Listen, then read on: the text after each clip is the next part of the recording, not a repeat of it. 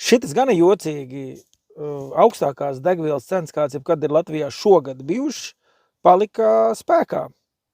Pirms Trumpa šitiem izgājieniem nafta par bareli bija $113 par barelu, bet Brents bija pat zemāks, 108.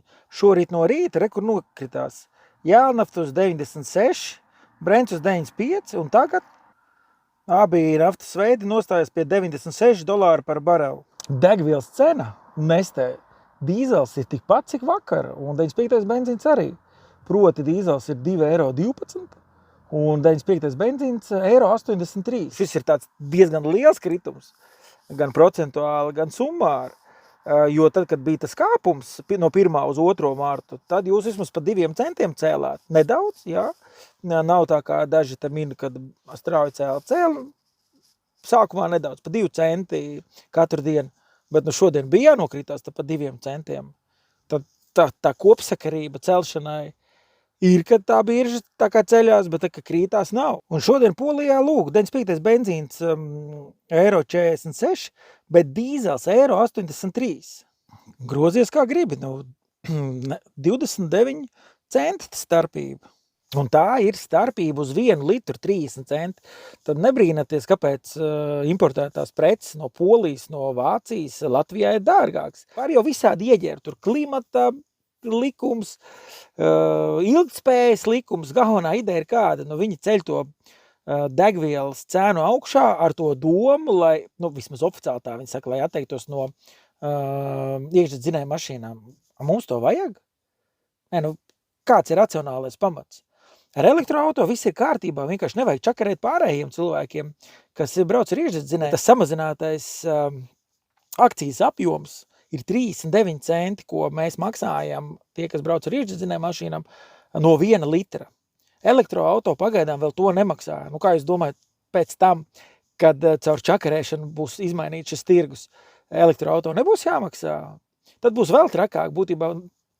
Tā sistēma gan ir līdzīga, bet kā būs? Maksāsim mēs par katru kilometru. Tikai jautājums, kā viņi to uztaisīs, jo vienreiz gadā maksājums tas varētu būt pārāk iespaidīgs, kas cilvēkiem būs psiholoģiski grūti sagramot, un rezultātā mēs maksāsim kaut kādu ikmēnešu izlīdzināto maksājumu. Tas šobrīd jums nav, bet nav tas ir tikai tāpēc, ka dotē tie autovadītāji, kas brauc ar iekšzemes mašīnām. Un tā summa ir liela, 600 miljonu eiro gadā, pat vairāk. Tāpēc es tomēr aicinu atbalstīt politiskos spēkus, kas ir par samērīgu akcijas nodokli. Ir diezgan labi slauca autovadītājs, bet izdaram secinājumus. Kāpēc mēs rādam to salīdzinot cenas? Tāpēc, ka mēs konkurējam vienotā Eiropas tirgu. Poļu malaču, poļiem 30 centi šodien, 8. aprīlī, ir lētāka degviela, un tās ir konkurējošas priekšrocības. Bet vismaz rītā gan būtu jāiet pa dažiem centiem lejā. 1,7 centi pareizi. Tā kā jau vairāk kā mēnesis šī starpība ar nesti.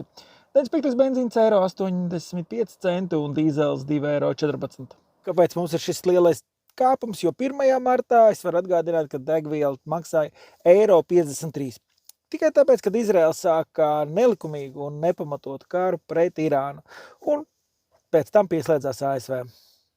Tāds mums ir diskusijas. Atceries, ka mēs neesam kā progresīvie, un pie mums var rakstīt komentāros arī, ja tu nepiekrīti citu viedokli.